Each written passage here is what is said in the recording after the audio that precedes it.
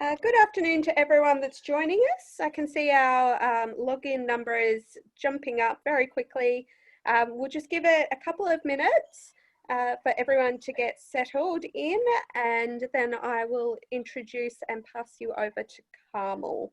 So just sit tight for a minute or two, and then we'll get started.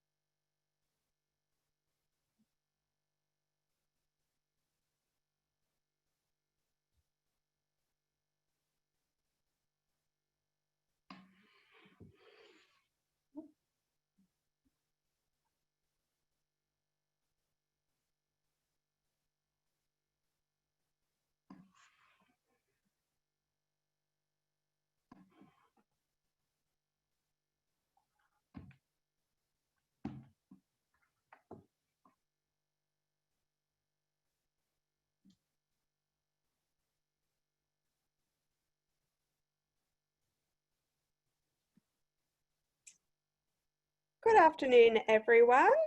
Thank you for joining us. Just had a couple of chats come up. Yes, sound is on. We are just waiting a couple of seconds for a few more people to log in. Great, people can hear, fantastic. Okay, so it's 2 past. So I might just say something just to make sure everyone can hear me as well, just to make sure that everyone can hear me for when I get started, which we will be doing in a second, but I'll hand back over to Mel. Yep, fantastic. People can hear you, Carmel, which is great. Thank you. So thank you everyone for joining us today for this webinar on the new PM Benchmark Literacy Assessment Resource with Nelson Cengage. Just a few housekeeping bits and pieces before we get started. A few of you have noted already that you are muted. That's correct. That's a function in Zoom when we set up a webinar. Everyone's automatically muted because there are we're expecting even more, but there are already over 300 of you online. So to have everyone unmuted might get a little bit raucous. So everyone's on mute, but you will notice that you have the chat functionality at the bottom, as well as a Q&A option. So we will be keeping check of these throughout the session. So if you do have specific questions related to the PM Benchmark Literacy Assessment Resource, please post them in that Q&A section, which you can see at the bottom of your toolbar. So that way we get a record, and we'll be able to make sure that we address everyone's queries either in the session or after the session. The chat functionality is also great for if anyone's having any technical issues, so that I can quickly sort things out for you. So I am keeping an eye on that as well. So what you should be just seeing at the moment is the Cengage slides that Carmel is presenting. And that will be a slideshow that continues throughout the session. So numbers are starting to be stable. So I think we're about ready to get started. And that is all the housekeeping. We are recording this session today, so you will get a copy of this recording by the end of next week after our second session that we're running next week. Now, I will hand over. I'm just checking if there's any further questions. Can we get a copy of the slides as well? We'll definitely be able to get you some bits and pieces. I'll have to check with Carmel after the event, but we'll definitely be able to get you some materials to go with this. Yes. Great. So without further ado, I'll pass you over to Carmel Small. Carmel is based in Adelaide and she is a professional development consultant for Nelson Cengage. She's been with the company for 5 years now and has a long background in education, and regularly, many of you may have already met her in professional development days at your school, which is what she is usually out there doing when we're not in the current COVID situation. She's actually out and about. So thank you, Carmel, for taking these 90 minutes to walk us through the kit. And yes, we'll address questions as we go, but Carmel does have a lot to cover off today. So if we don't get time to address your question in the session, don't worry, we will get back to you after the session with an answer. So over to you, Carmel.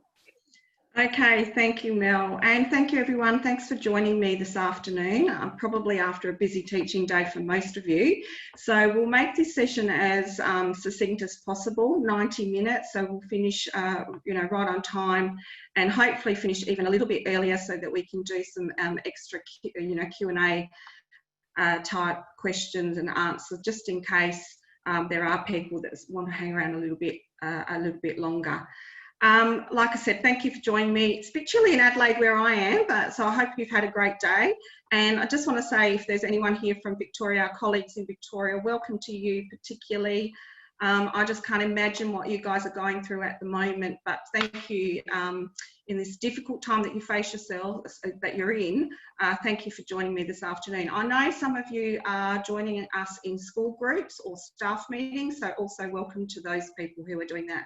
And I hope that everything is clear. Feel free to use the chat, as Mel said. She'll be on line so she can follow up anything, particularly if you're having difficulty hearing me or anything like that. So we want to look at the new benchmark literacy assessment resource this afternoon, and this is really quite timely, given that some of us have come back from a period of remote learning anyway, and some of us may still be in it or just starting again, as some of our Victorian colleagues are. And with that, I guess, comes the dilemma of, well, where are my kids up to? How are they travelling? How do I use the resource to know what to teach next? And this really is the purpose of the new resource that we have, that it is a formative assessment tool. It is there to help you inform your next steps for teaching. By all means, use it as a summative resource as well, but in the end, it is there to help inform your teaching. And so this afternoon, we want to do a couple of things to help you along that journey. I want to unpack the resource for you a little bit. Now, that's going to be a little bit difficult in a remote way, but I do have a few of the pieces here with me, and I'll show you some slides to help with that. I really just want to show you what the new additions are, I guess, to the resource. So, that's what I mean by the term unpacking. The other thing that I really want to do is talk about this idea of why use the resource, and really it's about trying to develop a balanced reader, and I'll talk a little bit about what I mean by balanced reader and then what that means in terms of benchmarking. We really want to develop balanced readers, and we want to look for those elements, those skills and strategies those children use when we're undertaking the benchmarking process. So I want to talk to you a little bit about that and spend the first part of the session with that. The other thing I want to do is look a bit more closely at some of the new additions which are unique to the resource, and which we are extremely excited about, and that's this new pre-level 1 part of the assessment and what we call the post-level 30 assessment. I get a lot of information as I'm travelling around from people that say to me, what do we do when our kids get to level 30? And I guess we listen to the market there, and we listen to teachers both in Australia and New Zealand, and said, well, we can put something in to help people know what to do next. And that's the purpose of the post-level 30 assessment. So we'll look at that a little bit in detail as well. And then I just want to give you a quick overview of the main part of the assessment, which is the level 1 to 30 assessment, and just make sure that we're all clear about how to undertake the 4 steps involved in taking a reading record. I'm not going to spend a lot of time on analysis today. We just don't have the time within the session, but I'm happy to help schools as needed with that. However, having said that, I do have an exemplar which I will give you as part and go through as part of the session today about what the analysis looks like, and I hope you downloaded that as part of your, which you would have received as part of your email, your registration email. And we'll look at that a little bit more closely. If you didn't download it and you don't have it in front of you, don't worry, I've got it on the screen, but you have a link to it that you'll be able to see it much more clearly at another time. So let's have a look then at the resource. Here it is here. Now, some of you may already have it in your schools. The resource has been out actually since July of last year. So many of you would have purchased it, or some of you actually may be thinking, oh, I'd like to purchase it. We've only got the red and the blue kits in our school, and I'd like to purchase the black kit. Either way, this session will help you to either become efficient in how to maximise the use of the resource, or it may help you determine whether you need to purchase the kit instead of the red and the blue kits you've got on offer in your schools currently. So what makes it different?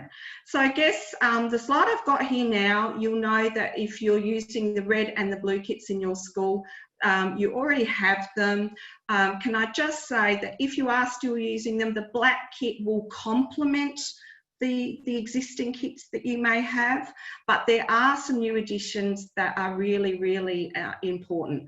I've already mentioned the idea that there is this pre-level 1 and post-level 30 assessment process within the new resource, and so we will go through those, and they are really unique to us and very exciting for us to share with you. The new black kit has 60 titles in it. 60 brand new titles, and there are 2 titles now at every level. From level 5 onwards, non-fiction is introduced, which is very different from the other kits. And the reason for that is there were teachers, particularly early years teachers, who said to us, well, we're actually using non-fiction titles in our classroom anyway, and now we would like to assess against those as well. So there are 60 titles with the non-fiction being introduced earlier than before. There is an updated recording sheet, much easier for teachers to navigate and use, and we will look at that as well today. There is an updated teachers resource book which looks like this. Very, very similar information to the resource book in the other kits, but it's really helpful particularly when you're trying to work out what to teach next. There are some really great guidelines in there. Instead of one procedure card in the kit like we had in the red and the blue, there is now three of these little procedures, because there are now 3 parts to the process. So they're in the kit also. And I just want to highlight one other thing called the QR codes. And that's because I really want to highlight that, because I'm not sure about you guys, but whenever I've taken running records and I go to the kit and I'm looking for the recording sheets, I know that what usually happens sometimes is those recording sheets get lost. and they, you know, they're not there where you want them to be. So each of the new titles in the kit, if you turn it over in the back corner, every single title now has what's called a QR code on it. You can just hover your phone over that QR code and it will take you to a direct link to the recording sheet. So no fussing about anymore about who or who's got it or who hasn't got it. Every title has this QR code in the corner, as you can see here, and you can download that directly to your device. So they are some of the new additions, and in comparison, if you think about it, in the red and the blue kits, there were no pre-level 1 and post-level 30 assessments. It only has 45 titles, and that's because the non-fiction doesn't start until level 15 in the red and the blue kits. So there are less non-fiction texts, and there's, I guess, less teacher support material written with the red and the blue kits. Having said that, if you do have those kits in your school, the black kit now complements, in terms of the literacy levels that we're looking for at each level, it does complement what you already have. But if you are about to purchase or spend money purchasing kits, we highly, highly, highly recommend you purchase the black kit because of those new additions that makes it different from any other benchmarking resource. So I hope, in terms of, you know, I haven't been able to actually pull things out of the box as I'd like to, because I'm on a slide, but I hope that helps you to understand what is in the kit. I do have a little unpacking video, which I won't show you, but here is the link to it, a three-minute video, which does actually have me unpacking the whole resource for you. And that might be a nice little thing to follow up with your staff or to have a look after the session. And I'm sure Mel can send you that link directly as well. So just think about that. If you want to actually make sure you can see what's in the kit, then please feel free to look at the resource. So let's just start thinking a little bit about now what the new process is with the new resource. In the old resource, we had one component, which is just taking the level 1 to 30 assessment. In the new resource, in the new black kit, we have this pre-level 1 assessment. It's unique to PM benchmarking. And what it has in it are these, what we call 6 snapshot assessments. 6 short, sharp, shiny assessments, if you like, for those precursors to reading. I'll talk a little bit more about those in a minute and unpack them with you. But that is the first component to the new resource. Then, of course, we have the level 1 to 30 assessment, which we've always had. But now, as I've already mentioned, there are two texts per level. The non-fiction texts get introduced pretty early, from level 5 onwards. And there is an updated recording sheet, which, when you see it, makes your life much easier in terms of the actual benchmarking process. And the last component of the new resource then is this post-level 30 assessment. And as I've mentioned before, I get lots of questions about, well, what do we do when our children reach level 30? So this part of the process is very exciting for us, and I can't wait to share it with you. Again, unique to us.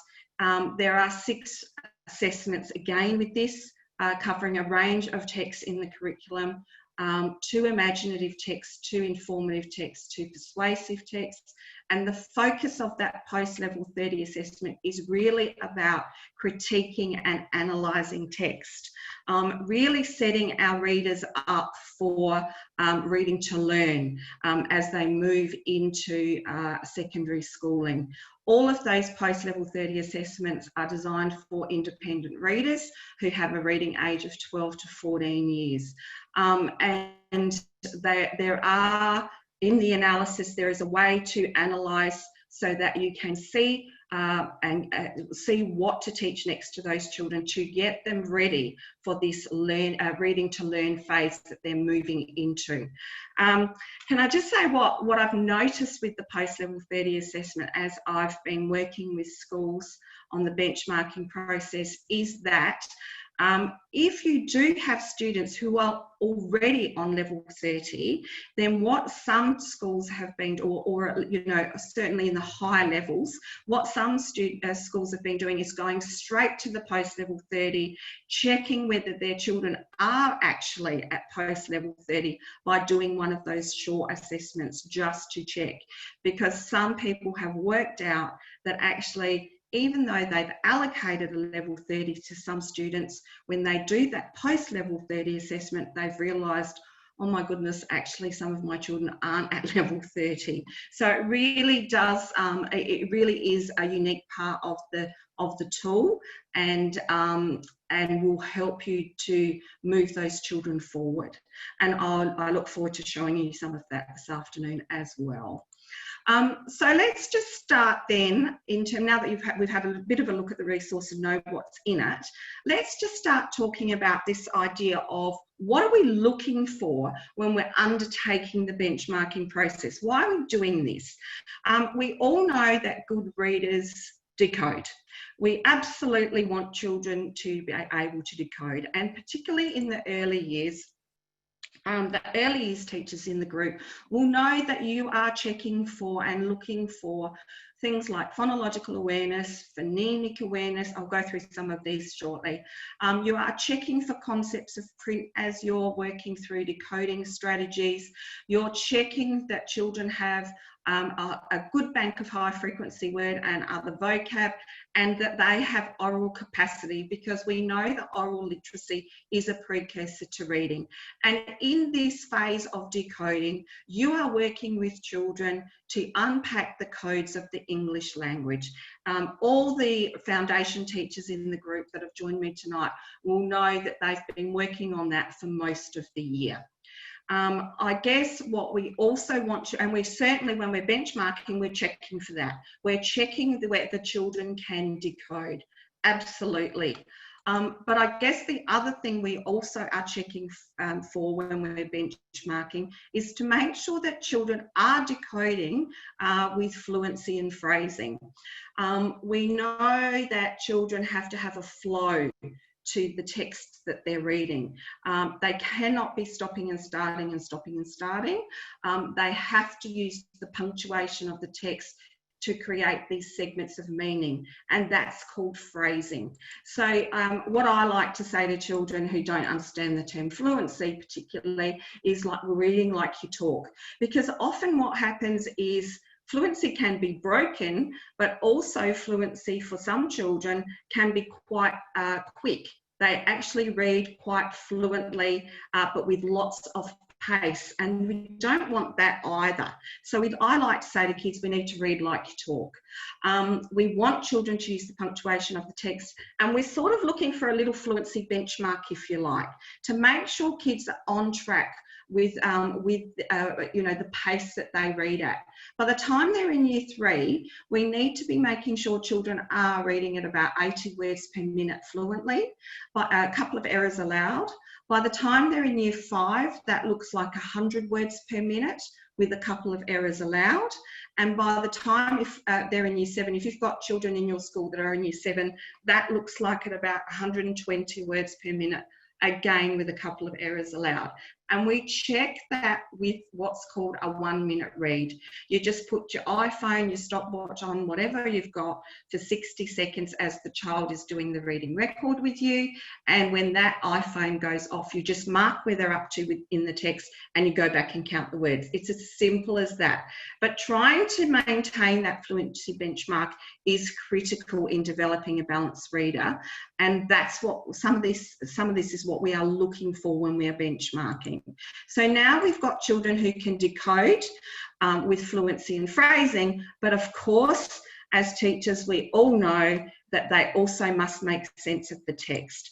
And we want to check that they are doing that when we are doing the assessment for benchmarking. We want to check that they have those 3 levels of questioning, that they can answer literal questions, those ones that are there, that are black and white on the page, and they can go directly to the text and check check and get the answer to the question that's literal. I've highlighted the inferential level of questioning because I think we all know as teachers that's the one that's probably the trickiest, and I'll explain why in a minute. And the third level of questioning is that response level or applied knowledge level. And as I'm working with teachers, some of you are telling me that that one is becoming just as tricky as inferential, because that's the one where the children actually have to connect with the text. And I don't know about you, but as I'm travelling around, what I'm hearing is that some students, and it could be because of technology, are really lacking in basic experiences and basic things that we think they should know for the year level that they are, and therefore they are finding it hard to connect with text. So that one's becoming a bit tricky as well. But in terms of the inferential level of questioning, there are 5 layers attached to that, and which is why inferential questioning particularly is hard for children. So they have to understand how to infer at the word level, at the sentence level, at the paragraph level, at the whole text level, and all the visual literacy on the page to make meaning of the text. Now, we know visual literacy particularly relates to tables, maps, charts, diagrams, any illustration and image and text box on a page. And I don't know about you, but I know that when children are reading to me, they usually read from left to right, top to bottom. If there's anything else on the page, they usually are likely to ignore it unless we ask them to make sure that they look at it. And so the visual literacy then becomes part of inferential comprehension. And if we don't attack it when we are teaching children to read, they miss out on a big part of inferential comprehension. We are looking for these things when we are benchmarking and listening to children read, and when we are taking the benchmark with the PM benchmark resource. So these things are really incredibly important.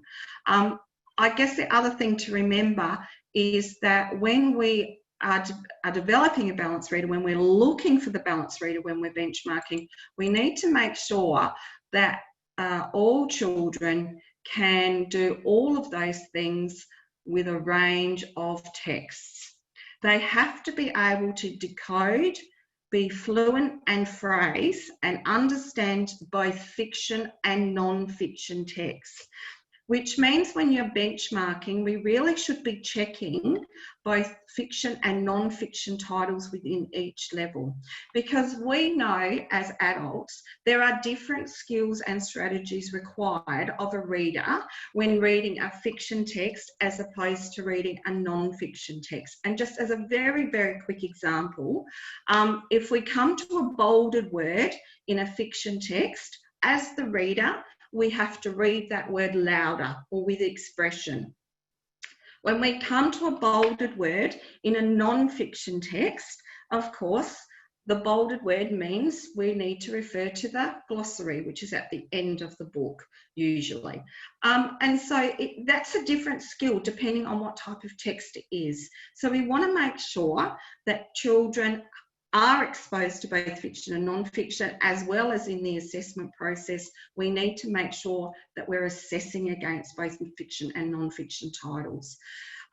There's no surprise then that the little bubbles you see, the little coloured bubbles you see on the slide here, are all the same size. These things, one isn't more important than the other. Decoding isn't more important than being fluent and using the punctuation in the text. Comprehension isn't more important than decoding. So I think we have to remember that and make sure, particularly the communities that we're working with, that we're just not focusing on decoding and moving children through levels of text quickly, I guess. You know, because they're doing great at decoding. They have to make meaning from text.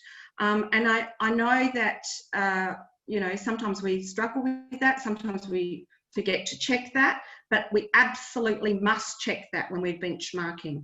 And the reason I know this is because in the last few years, I've had more and more work with secondary schools than I've ever had before.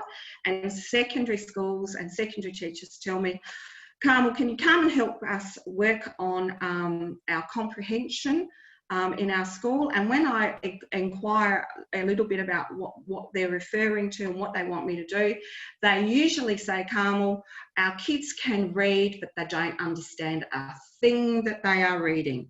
So we want to make sure that at every level through the benchmarking process, children can decode with fluency and phrasing, and they can make sense of the text as they're doing it, which is why those bubbles on that slide are also intertwined. They work together to develop this idea of a balanced reader.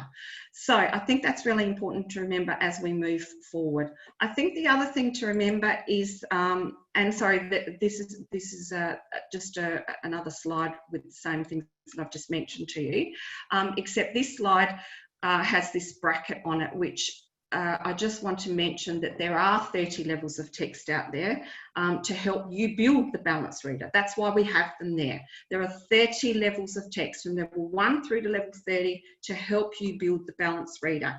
And therefore, that's what we have to assess against as well. And there is specific literacy criteria that's been developed at every level, with a very gentle gradient, I guess, between each level, so that, you know, children do move through that trajectory in a very gradual, gentle and developmental way. So I guess what I'm saying is that good level text then scaffolds those levels of literacy to build the balanced reader. So things like the decoding is levelled or scaffolded at every level for you. The fluency and phrasing is scaffolded at every level for you. And so is the comprehension. We don't just say, or we don't just write the book and go, oh, we think this is a level 27 text. We go, no, this is the literacy criteria for a level 27 text, and we write the text to that. So that's why we know that developmental scale is so effective and efficient in developing balanced readers. So I just want you to know that, which means that if you pick up a level 15 text from the blue PM benchmark kit, it will have the same level of literacy as the one you pick up from the red kit, and it will now have the same level of literacy as you pick up from the level 15 text in the black kit. The titles are different, the conceptual understanding will be different, therefore, but the actual literacy criteria is the same with every level 15 PM that you pick up. So I think that's important to remember. So when we do benchmarking then, we are checking for the decoding. We are checking for the comprehension and asking the different types of questions. We're also doing it through the retail process in the benchmarking process. We are checking for fluency and phrasing when we're noticing reading behaviours, and we're doing it with a range of text. All those things that we've just mentioned about being a good reader, we are assessing when we're using the resource, and that's really important to remember. I also just want to, I guess, remind ourselves that reading is not a race. That there are recommended reading, ages according to the different levels, and that our level 30 texts are really for those children who have a reading age of 11.5, 12 years of age. And, it should be age appropriate then in terms of conceptual understanding, conceptual meanings. I have a lot of teachers that say to me, we've got children in our school who are in year 3 and are already on level 30.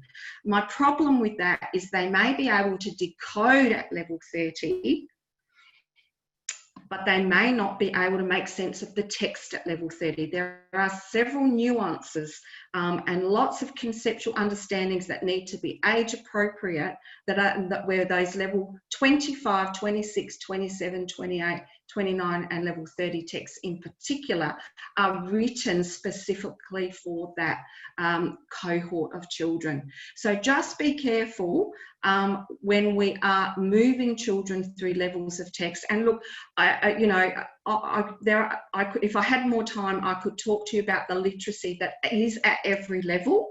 And, you know, I'm happy to help with that if you would like some of that information for your school. And, you know, what do I need to look for at every level? But what I encourage you to think about is that reading is not a race, that there is a recommended reading age for different year levels depending on their reading age and what level that child is working on. So just be aware of that we can't keep having children move through levels of text quickly.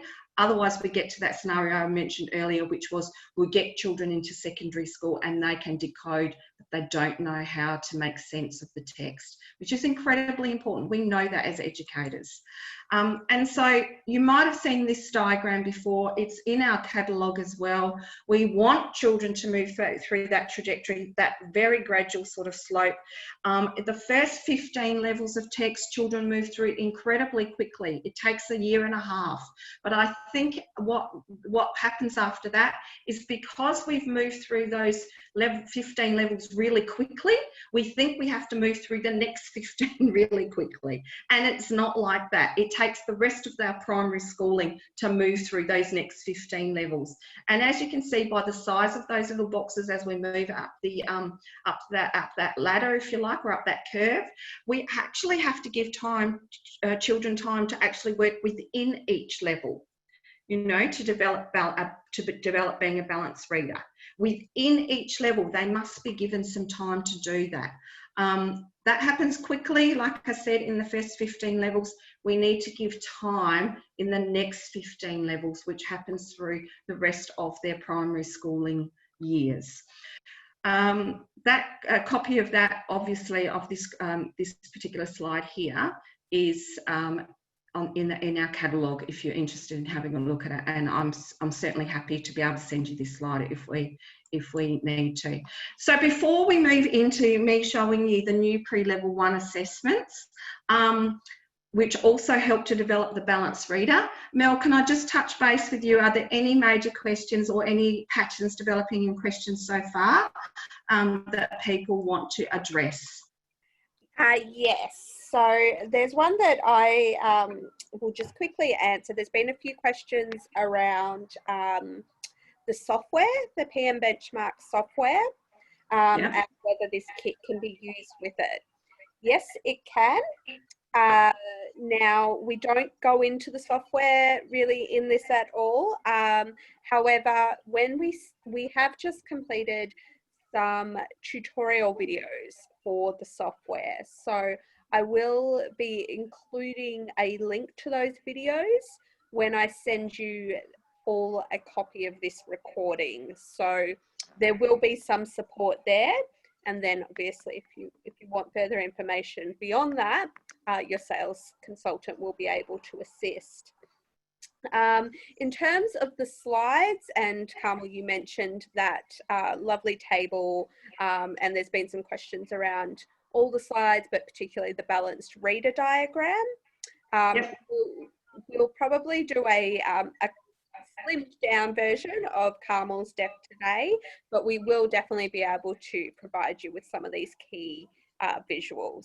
Yes, so that will be supplied with the recording as well. Now, there was just a couple of questions, Carmel, about the balanced reader, which might be appropriate to address now before we move on. Correct. Yep. Go ahead. So in regards to the balanced reader, time-wise, how do teachers find time within their teaching time to assess on fiction and non-fiction? Yeah. So certainly past level 15, I would be checking with both titles. With below level 15, you could move through one level fiction and the next level non-fiction, because the literacy criteria between each level is much smaller. So you could one level you could do fiction, the next one you could do non-fiction, but certainly after level 15 you might have that will need to change, and you might need to do both titles might need to check both titles. Most people find working in 4 to 6 weeks teaching blocks with this is really important. So you might do an assessment with a fiction title, and then in 6 weeks' time you do an assessment with the non-fiction title, and work through it that way. It's quite possible that that some children progress differently with, at a different rate, depending whether it's fiction or non-fiction as well. So you might give, for example, what I mean by that is if you give them a level 20 text and you give them a level 20 fiction text, for example, they'll be able to manage that in terms of the assessment. But if you give them a level 20 information report, they may struggle with that. And that makes sense, really, because there's much more technical vocab, for example, in a non-fiction text. All that is saying to you as the teacher is, I've got to do more work with non-fiction text in the guided reading session with those children or with that group of children. That's all that is, that's saying. It's not, you don't have, I think you can only do what you can do. So don't make the fact that there's more non-fiction titles in the new kit a blocker for you to not do it. I'm suggesting that you find ways, however that is, whether it be intermittent titles, fiction, non-fiction, up to level 15, and then to work in 4 to 6 week teaching blocks and use the assessment, at the end of that period for children as you move forward. So I hope that answered the question. The other thing is, by the way, I will give you an email address at the end of the session. If people want to address anything from the session with me directly, I'll give you that email address and you can do that, and we can discuss some of these things a bit more if you like. Mel, was there anything else from that first part? We did have a question from Greg around post-level 30. What happens after that? Does it go to level 31 and end at, or is there another leveling? Right. Greg, can you just hold that thought, whoever mentioned that, because I will talk about a lot more about level 30, post-level 30 text in a second. So I just want to get through these pre-level ones first, and then I'll talk about the post-level 30, so that hopefully I answer your question then, Greg. Anything else, Mel, about the balanced reader? No, I think that's about it on the balanced reader. We have some questions, but we can refer back to them later. Yeah, okay. So I want to specifically now talk about both the pre-level 1 assessments and what they look like, and the post-level 30 assessments and what they look like in the next 15 or 20 minutes as we move through them. So some of the questions that you have about both of those things may be addressed there, and if they're not, then we can come back to them.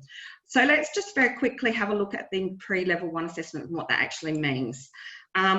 So if you are taking a pre-level 1 assessment, you will need these tools from the kit for a start. You will need one of the procedures cards that says pre-level 1, like the one I've got in my hand.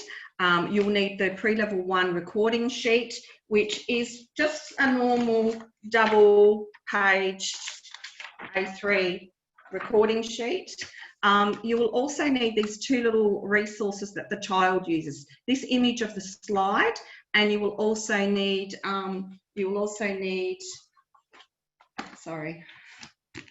this little double-sided card that you use with the child to undertake the assessment. So there's 4 things really: the procedures card, the recording sheet, and the 2 little images. One's a card, one's an open flip card, and one's just a flat slide image. They are the 4 things you'll need to undertake the pre-level 1 assessment. And what are the assessments? We know that they are precursors to reading. I'm not suggesting that early years teachers have not been doing the assessments. In fact, you probably have. You've been doing these, I guess, on and off while those children have just started, while those 5-year-olds have just started school, or even 4.5-year-olds. But I guess what's useful about the new resource is that all of those assessments that you would do, those early years assessments, are in the one place now. We've put them all in the kit for you, and all those precursors to reading assessments that I'm referring to. As I move through this next part about these early years assessments, can I please make sure that you understand that these assessments are not a testing regime for 4.5, 5-year-old children. That's not what these are. They are helpful snapshot assessments to make some decisions as teachers as to where I need to move next with these children. They're not the full assessment, by the way, either. There are some of them, particularly the Concepts of Print one, is an abridged version of the full assessment. But what it says to us is if there's a child that's struggling on the one that you do with them from the kit, then, or, you know, you could say to yourself, well, then maybe I need to do the full assessment with that child. Instead of doing the full assessment with the whole 25 children in your class, you do these little snapshot assessments to decide which ones you want to take further. I guess the other thing to be really mindful of is that these little assessments can be used for pre and post assessment. You can take them as baseline, then do some work with the children and do a post assessment. There are 6 of them, 6 main assessment processes, and they can be used in any order over a period of time. Even though we've called them pre-level 1, can I just say that we actually think of them really as early years assessments. So yes, you can use them in foundation, but you could also use them in year 1 if you wanted to, some of them, and beyond. And I think the other thing to remember is just because they say pre-level 1 doesn't mean you have to do them before your child picks up a level 1 text. You can do them as children are moving through level 1 to level 5 text. So that's important to remember. The 6 assessments are, there's an oral literacy assessment. We know that oral literacy is a key part in learning, in young children learning to read. And so for the first time, we have given you a little oral literacy assessment to help you do that. And I'll talk to you about what that is in a second. There are 3 parts to the phonological awareness assessment. There's this finding out about whether children can hear initial letters and sounds, whether they can identify the alphabet letters and sounds on the page, and whether they can hear the sounds in words. And so that's really, there's 3 parts to that, and again, you can do them in any order. There's also a bit of a phonics word list to work through, and just for you to check whether children are using consonant, vowel, consonant sorts of words and can hear them and read them, or whether they are using consonant, vowel, vowel, consonant words, and for the very same reason. And the 6th one is a concept about print assessment, which, like I said, most early years teachers will be doing some of this anyway. We've just put them all in the one spot for you to make the tool very effective and efficient in terms of maximising your time. So let's just have a look at some of these quickly. This is the little assessment card you would need, the one, the little card with the slide on it. It's in the kit. It comes as a single slide. You would ask the children what they can see on the slide. You record what the children say. You record what the children say as they're talking to you about it, and then there's a little checklist that you work through, and you do the recording on the recording sheet. And here it is here. I hope you can see that. Maybe a little bit fuzzy, but you sort of get a sense of it. You ask the children what they can see on that slide. You've got a bit of a checklist to work through, and then you analyse their responses. These assessments are meant to be short, sharp and shiny. They're quick for you to do. They don't take a long time. You're not meant to do them all in one hit. You don't have to. You can if you want to, but you don't have to. The oral literacy assessment, I'm finding that people are really appreciating the fact that there is assessment that they can do with that, because we're finding that children are not coming to school talking like they used to, and therefore the speech issues arise, etc., etc. So to troubleshoot that, to nip that in the bud, to get some information to know what to teach next to those children has been great. I'm just going to move through the others really quickly. This is the card that you would also use with the children. It's this little flip card. The first part of that is these little pictures here.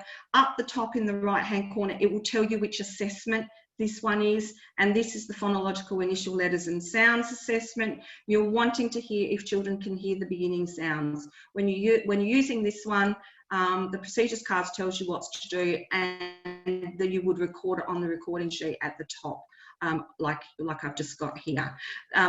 Again, when you open up the card, on the inside, you'll see that this is the alphabet, letters and sounds part of the assessment, where you're asking children to do some matching, and you would record that also on the recording sheet, and it's fairly self-explanatory. It does have a procedure there for you as well. When you move over to this part of the card, what you're looking for here is where the children can noticing sounds within words, whether they've got beginning sounds, final sounds, and this part is the sounds in words part of the assessment. And again, you record it on the recording sheet fairly simply. And the sounds in word, like I've already mentioned, looks like this. That's the last part of the little card. And what you're checking for is whether it's a quick snapshot for you, just out of interest. Do the children have consonant, vowel, consonant understanding, or are they using some medial sounds in words that and they're starting to recognise them? You can see that that's the phonics word list. It says on the card what the assessment is. And again, you would record it on the recording sheet. The concepts about print, you would use a level 3 text from the kit. Oh, sorry, I flicked that through that really quickly. And like I said, it's not the full concepts of print screen, but if your children are struggling with this bit, then I would suggest that those children that are struggling, you would do the full concepts about print assessment. So that is the recording sheet. It's fairly simple. Remember what I said, it's not a testing regime. That's the most important thing to remember. You don't have to do them in order. You can use them as a pre and a post assessment process. And you're really just checking where your children are up to. And very clearly, the pre-level 1 assessment procedure card looks like that. What I've got on the screen here is exactly as it is inside the card. There's the 5 assessments, and the 6th one is on the back. You can do them, like I said, in any order. Very self-explanatory. Are there any questions, Mel, about the pre-level 1 assessments as you noticed me talking about them? Just only one has popped up right now specifically, which is the pre-level assessment online? And yes, it is included in the PM Benchmark software. Yeah. So just a mention of the software. Whatever we're talking about here in terms of a hard copy, what we have in the software is the ability for you to record that electronically. So, and as Mel has mentioned, we do have both the pre and the post assessment process electronic for you to be able to manage. Any other questions about that? I just expand on that to say that it works exactly the same way. It gives recommendations where to from here, and in the same way that you would then look that up in the teacher resource book in hard copy. No more specific pre-level 1 questions for now, so happy to post level 30. Yeah, no problem. So just as I mentioned, just to recap, there were 6 pre-level 1 assessments for you to work through. The early years teachers would know them already. They are just there all in the kit together to help maximise your time and to help use the kit in an efficient way. I guess we have been excited about the pre-level 1 assessments, but what I'm most excited about is the post-level 30 assessment. And that's because we know children have been moving through levels of text, and sometimes they actually do themselves think it's a bit of a race, and in some instances they have been pushed through levels. And what the post-level 30 assessment does is help you to identify, are these children really at level 30, and what can I do to help them? If they're not there, what can I do to help them? And if they are there, what can I do? So just a couple of comments about the post-level 30 assessment. What we know is that if they have reached level 30, that they almost have finished learning to read. And we're now in this phase of reading to learn. And I think that's really important to remember, because that's then reflective of how you conduct the assessment. So I'll just say that again. These children have moved through levels of text from level 1 to level 30. And in that process, they have been learning to read. They've been learning to be a balanced reader and it's been a developmental process, and we've gone through that with them.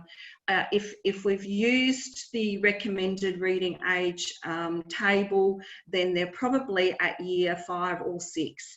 And now they're getting to the stage where they're at level 29, level 30, and they're now reading to learn. And so the post-level 30 assessment really has a strong focus on comprehension, but part of that is this idea of critiquing and analysing text. It holds them in very good stead then as they move into secondary school, and it also is reflective of the types of questions they receive in our national assessment in reading. You know, the NAPLAN questions are really some of those about critiquing and analysing text. You know, what does the author think about whatever the topic is? Why does the author do this? What's the type of text that has been written? Those sorts of questions, and I'll show you a few in a minute. But they really accentuate the comprehension skills that are required, and also offer this idea of critiquing and analysing text. So again, I've mentioned that already, that there are 6 assessment cards for you to do that with a range of texts, and those texts have been written specifically for children who have a reading age of 12 to 14 years. And so they look like what's on the screen, and I've got some in my hand. I've got them in my hand as well. They're just little cards with the text in them that looks like that. If you can open them up, you can see if you're looking at me, you can see me opening up one of the texts called OC Under Stone. They have been written specifically for children who have moved beyond level 30, and these texts therefore are not levelled. They have not been written to a criteria like the level 1 to 30 texts have been. And to undertake this assessment, there are 4 steps that you work through. In fact, there are 5 if you do if you do the analysis as well. But these are the 4 that you work on with the children. You ask the children to read the text silently and to retell it to you, giving you some understanding of what they have read. If the child is struggling at that retelling stage, they're already telling you that they're not being a balanced reader, that they're struggling at comprehending the text. And so you could almost stop at that point, knowing that the rest of the text would be too hard.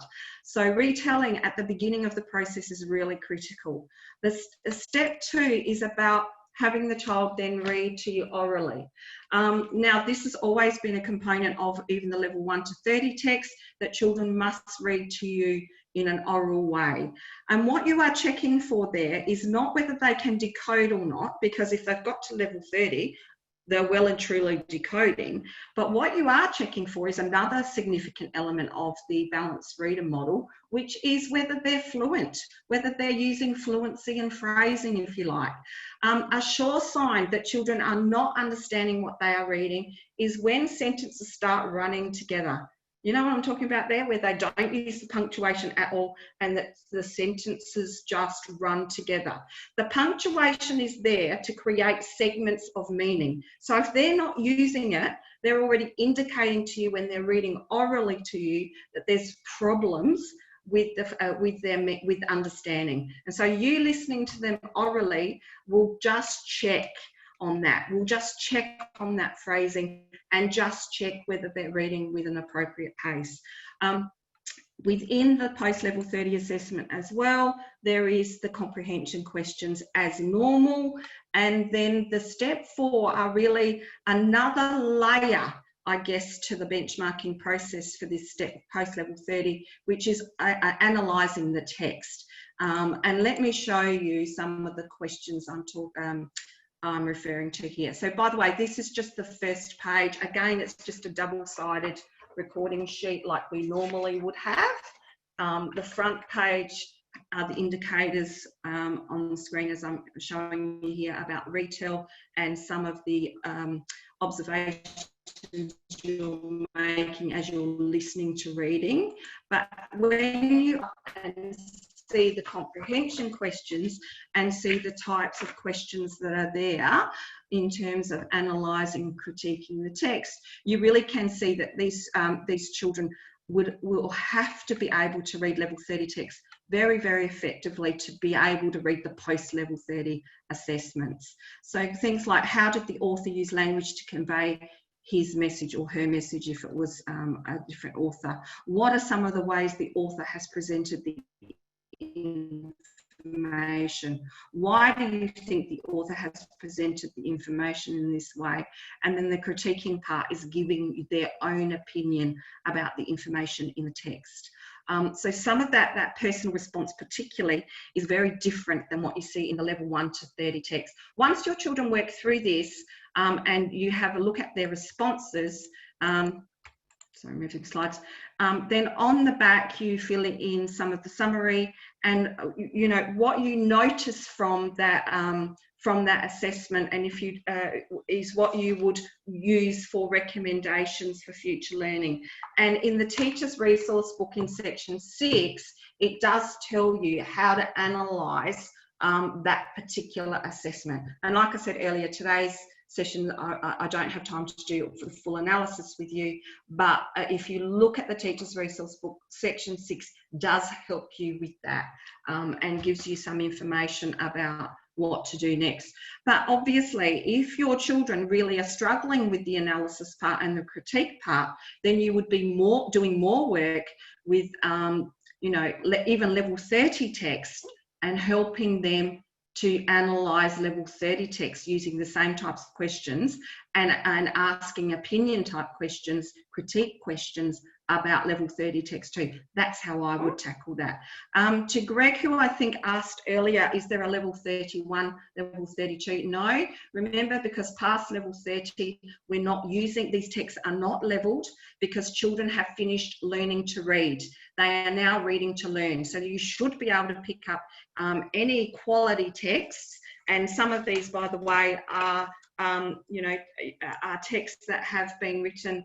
You know, this is The Prince and the Pauper by Mark Twain. So any quality pieces of literature you could use, and use these same types of series of questions to ask children, you know, this idea of ask them questions about critiquing and analysing text, which, like I said earlier, really does hold them in good stead as they move into the secondary context. Yes, that's really all I wanted to say about the level 1 post-level 30 text. Mel, have you noticed any questions about the post-level 30 assessments for me to sort of respond to? So there was a question, does this also, this was asked before you started this section, but I think it particularly pertains to this. Does this also work for high school students where their reading levels are low? Yes, so very good question. Some schools, in South Australia particularly, we've got Year 7 still in our primary schools, you know, God forbid, but they are moving soon. So, you know, we've got Year 7 students in our primary schools here, and we are benchmarking with using the resource to benchmark those children. So as they move into junior secondary, particularly those children with lower reading levels could still do the level, you know, 27, 28, 29 and 30, level 30 assessments within the secondary school. In fact, I've worked with schools to show them how to do that, and they've been using that. And of course, the post-level 30 assessments, because they have a reading age of 12 to 14, they are very well received within the secondary context and can be used in that way, can be used in exactly the same way and used as an assessment piece, because we haven't had an assessment piece post level 30. And so that's why I'm certainly excited by, having this as a tool now and as a resource to be able to use, certainly with my more competent readers within the primary setting, but also with the junior secondary. So I guess the answer is yes to that. Sorry, it was a bit long-winded, but yes, of course it can be used in the junior secondary context, yes. Mel, anything else? Yes, if students come to you on level 30 plus, or post level 30, and we do the assessment on them and they can't retell, we put them back to a lower level. Perhaps they've been moved up too fast. Yes, that could be possible. And I don't like the idea of, and saying to people, oh, let's put kids back levels. That's not what this is. That's more of a summative, particularly a summative view of leveling, that they're at a level and this is the level they have to be at. Remember, this is a formative tool, so it really is about what information can I get from the tool to be able to help me in the explicit teaching of reading or guided reading. So if I had a child that came to me that was supposedly post level, already at level 30, all I would do is stay at level 30, but make sure that that I'd practice doing the retell in guided reading, or in any, when I'm doing explicit teaching of reading in my classroom, I'd give them opportunities with level text, with level 29 perhaps, or level 30 text, to practice the retell, if you like. I hope that answered that question, whoever that was. Anything else, Mel? There's a few more generic ones, but we'll go on to the next section. And then... Okay, that's fine. So what I want to do now is, I've shown you the new components of the kit, which were the pre-level 1 and the post-level 30. And I just want to come back and just really quickly reflect on the level 1 to 30, which we use already when we're using the red and the blue kits, and now of course they're in the black kits as well, and talk about our understanding of that and making sure we're right on that. So one of the big problems we have, I think, in schools, that schools have been telling me, is not that we're not benchmarking or that we don't know how to take a reading record at level 1 to 30, because most of us have been doing it for a very long time. I think the problem seems to be with the consistency of doing that. And so sometimes what I find is, how we undertake a reading record within our own schools, the discrepancy there seems to be greater within our own schools than between our school and the school down the road. That seems to be the biggest issue. And so I guess what I want to do just in this, 5 or 10 minutes, is making sure that you've got the process right, that we're all undertaking the process in exactly the same way. And so when we undertake a benchmark for level 1 to 30, what we're doing is using a reading record, if you want to call it a running record, you can, to match the students to the appropriately level text for them at what's called the instructional level. We're looking for the instructional level when we're doing the benchmark assessment, and we're using that information in the analysis to inform our next steps for guided reading. And I'm saying guided reading, but whatever model you use to explicitly teach reading. In most instances, it's guided reading. So what we're trying to do for level 1 to 30 is put the right book in the right hands for that child at the right time of their reading development. Even with a level 1 text, the instructional level needs is quite high in terms of a numeral. It's 90 to 94%, which means children have to be decoding at about that rate. So that looks like about a 1 to 10 ratio in terms of saying the words on the page. So in every 10 words, they may have 1 error. So that's a fairly high decoding rate. So just keep that in mind. And so what we're doing with the benchmarking process is matching the student to the appropriate text for them. And just very quickly, I've mentioned the word instructional, in terms of what that means. It's about putting the book in the right hands at the right time for that child. But I usually tend to call it the Goldilocks level, or the Goldilocks book. It's not too easy. It's not too hard. it's just right. And in most instances, when I say it's just right for you to help them as the teacher read that particular book. An instructional text is usually one that can't be read by the child on their own. That's why we use that one in the guided reading session. That instructional text is also not the one then we send home for practice reading. If we have an instructional level, we've decided that the instructional level is level 20, then that's the one we're using in guided reading in the classroom, and the one we are sending home for practice reading is about 2 levels or more below that level 20. So about a level 18 text, which means it's probably an easy text. It's easy text, an independent text, if you like. That's an easy text for children to read. And it needs to be, because what are they doing with that easy text at home? They're practicing being a balanced reader, that lovely diagram that I talked to you. They're practicing their decoding, they're doing it with fluency and phrasing, they're making sense of the text. That's why that text that goes home needs to be independent, not instructional. So when we're undertaking the benchmark, to be clear, we're looking for this, what's called the instructional text, because that's the one we want to use in guided reading. We've sort of talked about the steps for the post-level 30 process, and it's pretty similar for this. So, you know, students, by the time they get to level 30, have already been through a bit of a process. Step 1 again is the retell. I do want to sort of talk about the retell a little bit more here, though, in this instance, because if the child is not managing the retell at a level 1 to 30 text, they're already telling you that if they've got issues with comprehension. You know the children I'm talking about here. They're the ones that you give them the book, you ask them to do a silent read for themselves before you actually start doing any ticky stuff on a page.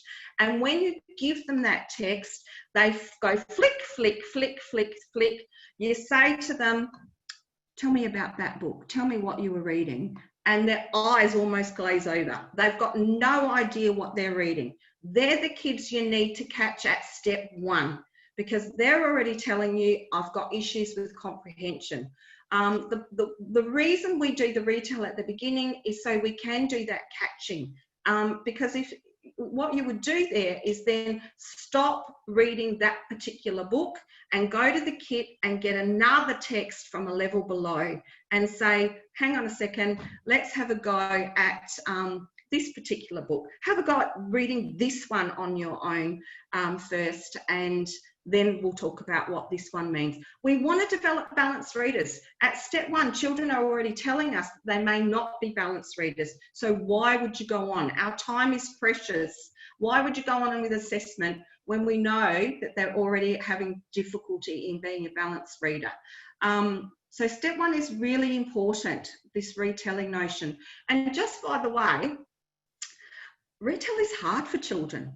You know, we have to model what a good retell is, whether that be in the modelled part of your modelled reading, session with your whole class, or whether that be in guided reading. We have to have done that beforehand. We have to have made sure children know how to retell, so that when they come to us for the assessment, they know what to do. They know what a good retell looks like. And it needs to be short, sharp and shiny. It's not, 25 minutes long. It's, very quick process of giving you some information about what happened in the text. I tend to use what's called the 5-finger retell. If any of you want to know what 5-finger retell is, send me an email after and I'll send you that little resource. But both for fiction and non-fiction, children can use that, by the way. Once children have done the retell, I'll go through these a little bit more quickly now, sorry. You obviously will do the reading record then. You've got a recording sheet. This is where you will do the ticky thing that we normally do with the codes. And I'll show you a exemplar in a minute with that on there. Step 3 is you also undertake with the child, and that's asking them the comprehension questions. Those 3 steps are what you do to undertake the reading record with the child. Once they have done that with you, you say, thank you very much. You give them lots of praise. Thank you. You're the best reader I've ever heard. You know, this is a success-oriented approach. You want that child going away from you feeling successful. So, you know, you want to make sure they're feeling like they've achieved something and that they're comfortable with what they've done with you. So you say, thanks very much, off you go. And then you would do step 4, which is the analysis on your own, either then and there, or, you know, later on in the day. So if you could just stick with me, this is the last bit that I want to go through, which really is about this idea of step 4 and the analysis. So I just want to talk very briefly about this because, you know, there are several ways we can undertake the analysis. But I think in the long term, we really want to make sure that we're using the reading record effectively. Lots of people go through what's called this first level of analysis, where they just identify the accuracy rates. You know, they're reading at 93% or 94%, therefore it's instructional, this is the level they have to be at, and we will leave it at that. That doesn't give us too much information other than a number. Most other people go through this idea of what's called a second level analysis. And most of us might have heard that as, you know, MSV analysis, where we identify the cues that children use to read. The 3 main cues or sources of information that children use to read are called meaning, structure, visual, M, S, and V. And they use those strategies through the decoding phase of reading, and we would do an analysis with that. That's called the second level analysis. The third level analysis is really, I guess, where you get most information to help you inform guided reading. And that's about identifying strategies used by a balanced reader. And unless you are using the PMLA resource and recording sheet, you probably won't get to the third level analysis unless you're using this. You might get to the first level, you certainly would get to the second level maybe, but unless you're using the third level analysis, which when you look at this recording sheet, you can see that we're checking for all those elements of being a balanced reader. By the way, this handout was part of your registration email. Again, if you haven't printed out this exemplar, feel free to do that so after the session. But when we are using this exemplar, we are undertaking the third level of analysis, which is really critical. You can see that all the exemplars in the kit now look like this. They have the level on it. It's very clear. In this particular case, it's a level 18 text. You can see that the retell is step 1, and therefore it's on the recording sheet on the front. By the way, if you're still using blue and red kits, the retell indicators are on the back of the recording sheet, which is not particularly helpful. So we have made sure with the new recording sheets in the black kit that the retell indicators are on the front page. There it is. And then once you have done the retell with the child, you're asking them to read the text aloud to you so that you can undertake the reading record, which you can see has occurred here. And then once they've done that, of course, you'll ask the comprehension questions, which is on the back of the recording. Just before I flip over to the next page, I just want you to see that this teacher has done what's called the MSV analysis. She's looked at what the errors are, she's looked at what any self-corrections are, and then she's decided which cues the child has made or used successfully, and she's circled them. This is the other nice thing about the new recording sheets. The MSV is already there for you on the recording sheet, and all you have to do is circle it. If you had the old recording sheets, you would have to put them in yourself. And so then once the teacher's done the MSV analysis, as has happened here, which is the second level of analysis, there's a little tally that she records at the bottom of page 2 here. Of course, at this stage, she's already probably asked the comprehension questions of the child. In this case, there were 3 literal and 3 inferential questions, as you can see. And the rest of the recording sheet is about you using it record the analysis of what you have noticed in terms of reading behaviours, in terms of fluency and phrasing, in terms of what strategies the child has used. The last page of the recording sheet has the summary. This used to be on the front in the old kits. You can see the little table for the errors. You can see that it's been identified in this case as instructional. The child was reading between 90 and 95. And what the teacher has done here is recorded her observations and has used these little boxes on the side here where it says level of understanding as a bit of a guide. I just want to alert you, just to finish off, I just want to alert you to this box here, the comprehension box. Can you see where I am? Comprehension box, and I've circled the word inferential. Because what I've noticed here with this particular recording is that there were 3 literal and 3 inferential. The child has answered all of the literal questions, and they have also had a go at the inferential, but only 1 has actually been satisfactory. So in total, out of the whole 6, the child has answered 4 out of 6 questions correctly. Now, if you look at this little box here on the side with level of understanding, 4 to 6 actually, 4 or 5 out of 6 actually on here says satisfactory. But in my mind, this is really only a guide, okay? Don't think that just because that number 4 or 5 is there, that actually means we can move on. Because in fact, we already know that inferential comprehension is difficult.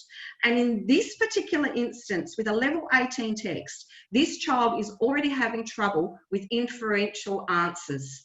And so in my mind, really, the child has not achieved a satisfactory level, even though they've answered 4 questions. So just be careful. With the 3rd level of analysis, you have to have a look at the whole document that you've been recording on and the whole process in its entirety. Look at it holistically and go, actually, we've got an issue here still with inferential questioning. What the recommendations have been here are about visual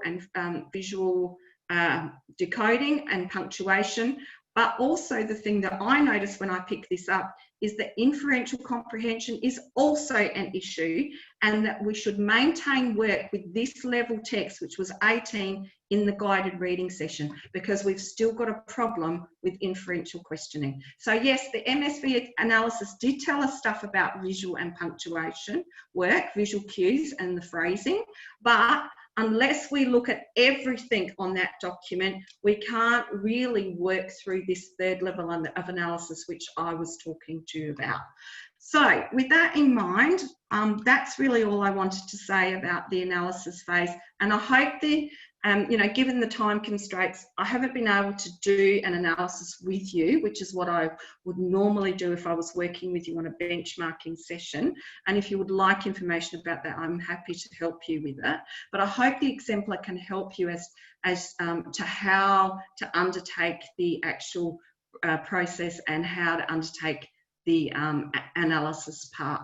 And so hopefully that has been useful. What do you do next? Well, once you have made some recommendations or you've made some noticings, then you obviously would go to section 6 of the teacher's resource book, which I already showed you before. And that gives you some ideas about what to do next with that particular child. And, it does have a section about inferential questioning as well that you could work through. In terms of moving forward, you could also go to our guided reading planner. I'm not sure if you've seen this before. Certainly ask your sales consultant about this. All of our a significant amounts, I should say, of our level texts are on this guided reading planner. It has, once you've identified the level, you can go straight to this and get teacher notes for particular levels, so that if you're practicing within a level, it also has Blackline Masters within it too, if you want that. So that might be, this is a subscription-based process. Mel might have a little bit more information that she can talk to you about around that, but that might be where you go next in terms of identifying that you need some next steps for teaching within a particular level, and there are resources out there to help you with that. In terms of some links, go to our YouTube channel, please, if you're interested. Have a look at me unpacking the actual kit. There are some other videos there about logging into your subscription, taking a running record, using the software which we've been talking about through the session. So that might be of use to you. And really, I didn't have anything else to add at this point, other than to say, you know, we've got this new tool, a new resource within schools now. We really need to make sure we're using it to develop balanced readers. And please, please, please think about it in terms of using the whole process, whether it be pre-level 1, the 1 to 30, or the post-level 30, and use the whole process to work through to, you know, do that third level analysis, which I mentioned. You know, I want to thank you for joining me today. And if there are any questions, I'm going to hang around for a few more minutes, because we've got 5 minutes, and I'm happy to stay on a bit longer if necessary. And if you're interested in doing some other things with your school, whether it be the full benchmarking analysis sort of training, I'm happy to help. If you want to talk about level text a bit more in your school and the criteria that's at every level, we could do something about that. My email is there on the screen for you, pdsupport@cengage.com.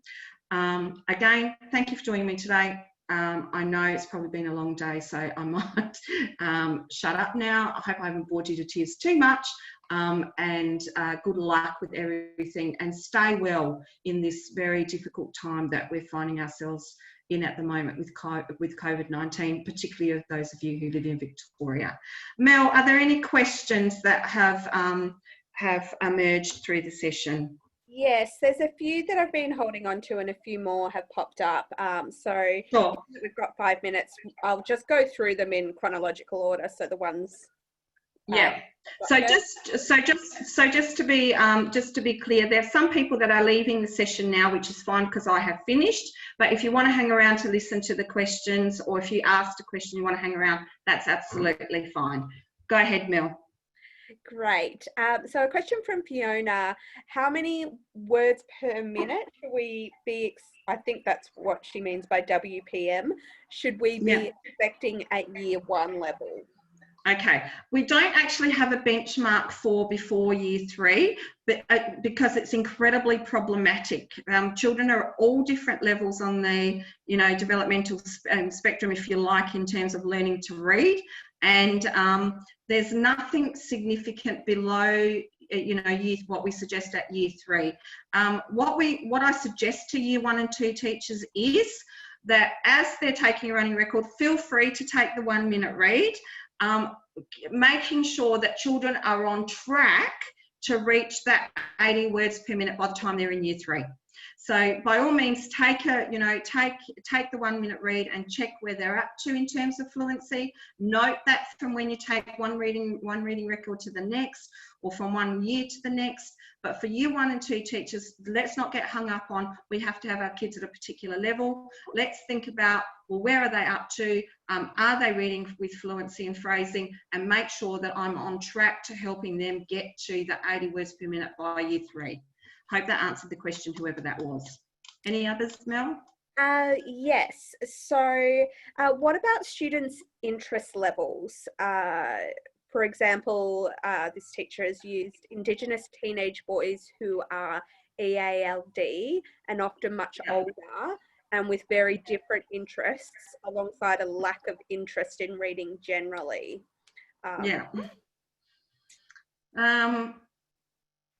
Well, it depends developmentally if, you know, whether it's appropriate to use the benchmark kit with them or not, particularly because they're junior secondary. You've just mentioned the word teenagers.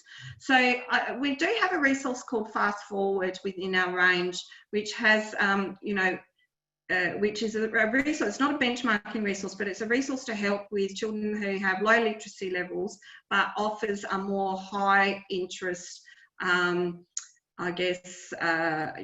interest text. So that might be something for that person to have a look at. you know, because it is disheartening for a teenager to pick up a level text that conceptually doesn't match what, you know, where they're at. So the Fast Forward series might be something that that person might be interested in. Like I said, Fast Forward series has low literacy with a high interest level for those particular students. Anything else, Mel? There was a couple of questions that are tied together, and I think you they were asked before you addressed this section of the pro forma. But one question was, do children have to get all questions correct to move on to the next level? Sorry, Mel, you broke up a bit. Can you just repeat that for me? Yes, of course. Do children have to get all questions correct to move on to the next level? Mm-hmm. And then I'm assuming they're talking about comprehension questions. So my advice is, like I showed you with that exemplar, you need to look at all the information. And no, they don't have to get all the questions right, but I would hope that they got a significant portion of particularly the inferential correct. And also, usually particularly with some of the higher levels, there's these response questions where they have to connect with the text somehow. And so sometimes I often give leeway with the response questions because, you know, there might be a question about Antarctica, for example, and a child doesn't know much about Antarctica to be able to connect with it, but they've answered the literal questions, they've answered the inferential questions, but they haven't answered the response questions. And I'm happy to give leeway with the response questions because they just haven't had experience about knowing what, you know, about something about Antarctica. But I certainly would look at the inferential level of questioning very carefully, because if your children are struggling with that, that's the one that I would make sure that I would doing some strategies around inferential comprehension to make sure those children are working you know, or have the capacity to be able to answer those questions in future. And it just may mean giving them some more time within a level and giving them some inferential comprehension strategies to work on within that level with you in the guided reading session. Yes, and I think you probably answered this then. John's question, which was very similar, was how do you balance a student decoding at 100%, has good retail, but answering questions at 3 out of 6? So okay, well, it just means, well, you've got a good decoder, but you're not going to have a good balance. You're not going to have a balanced reader unless you do more work with comprehension. Keep that child at that particular level. That's probably the instructional level for them. It's probably the right one to stay at, but do more comprehension strategy work within the guided reading session. Yeah, fantastic. We've still got quite a few questions. I'm thinking what we might actually do, given it is already flipped over after 5:30. I'll keep a record of these and I'll contact Carmel to get responses on all of the outstanding questions, and then can include the answers in our email of the recording. So everyone will be able to see the responses to these questions. We won't leave you hanging, but there is still another good 20 questions here. So we might be here a while. I know everyone would like to go home. So just those people that are still online, just a reminder that we're running another one of these sessions exactly the same as tonight next week. If you want to encourage other colleagues to attend, or you want to hear something again yourself, that's fine too. And we're also running this week and next week some helping with reading at home webinars as well. All of those are free, and all of that information is on our website too, so you can get those details. Like Mel said, we will follow up with any other question, with any other questions, and we'll get back to you.